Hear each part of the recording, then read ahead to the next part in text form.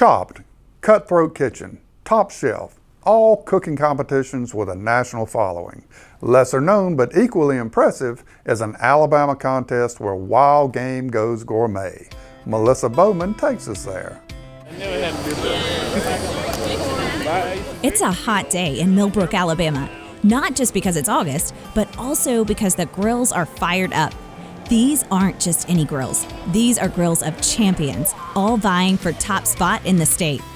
We have 15 Wild Game Cookoffs across the state every year where our members and supporters come together and present great table fare that involves the game and fish that they've harvested, which is a fundamental tenet of wildlife management.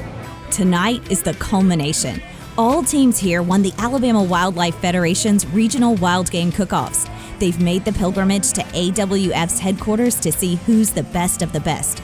So, who are these wild game connoisseurs? Most of them are just a group of friends, or they hunt together, or a church group, or whatever. Some of them are companies that kind of do it as a team. I just have always grown up cooking. My grandmother, my mother, and just found a group of people that has the same passion I do, and we just get out and cook for fun to represent Central Alabama Electric.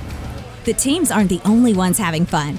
Attending a cook-off has a lot of perks. Number one, getting to sample the dishes. There's also live entertainment, activities for families, and plenty of fellowship. I don't know much that a family can do, family of four say, for $50 and get fed and entertained and just have a good night out. And they're not late night events, so they're family friendly as well. So what types of wild game are showcased? Venison and fish are always popular. On the more exotic side, boar, snake, and even raccoon have made it to the table. Wild game, for the purposes of our Wild Game Cook-Off, is any game animal that can be harvested in the wild of North America. And we encourage people to utilize game that they harvest themselves or someone they know harvested. Judges place the most emphasis on taste, but originality and creativity also weigh in. Presentations are a feast for the eyes. Experienced judges know to pace themselves. Luckily, I was here a few months ago for another cook-off, and I knew it was a lot of food, a lot of good food. So if you want to eat a lot of good food, you have to take your time. Both cook-off judges and guests alike find that wild game is a cuisine not to be underestimated. You will see restaurant quality dishes at our Wild Game Cook-Offs, and that's what surprises a lot of people. How good the dishes are, how much work goes into the presentation, and how good they taste. The teams who've made it this far have proven their culinary mastery of wild game. But they're serving up more than these delicious dishes. They're also cooking for a cause. Any of the net proceeds from a Wild Game Cook-Off actually are invested back into our programs. Those programs include events at the Alabama Nature Center, an outdoor educational facility, as well as many other initiatives that offer people of all ages opportunities to connect with the outdoors. We have 5 miles of boardwalks and trails here on the property, and we have probably about 50,000 visitors a year that come through this facility, and the largest proportion of those are youth and school groups.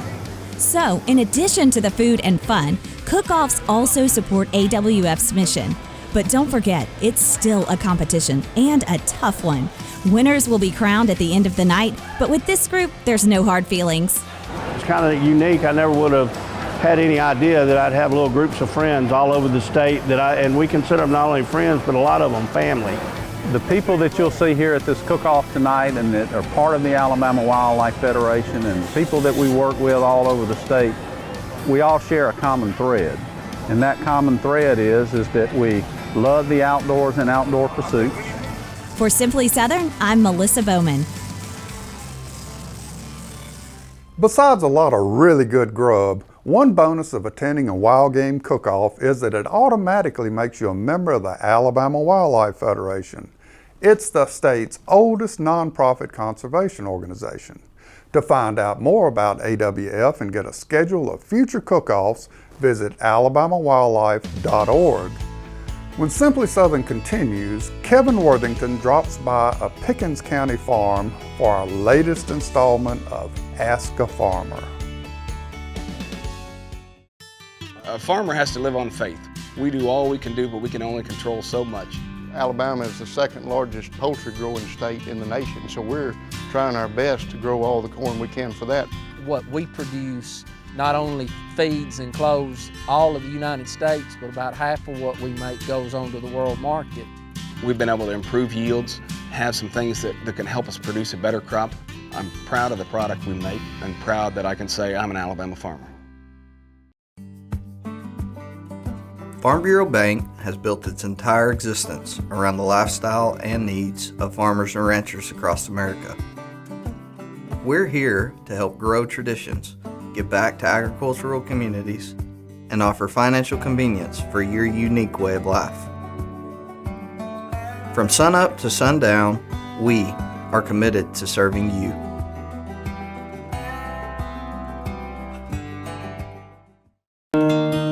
Support healthy food from local farmers by purchasing a Farming Feeds Alabama license plate. The tag funds education and promotion efforts, including Ag in the Classroom, agricultural scholarships, and youth programs. Get your Ag tag today.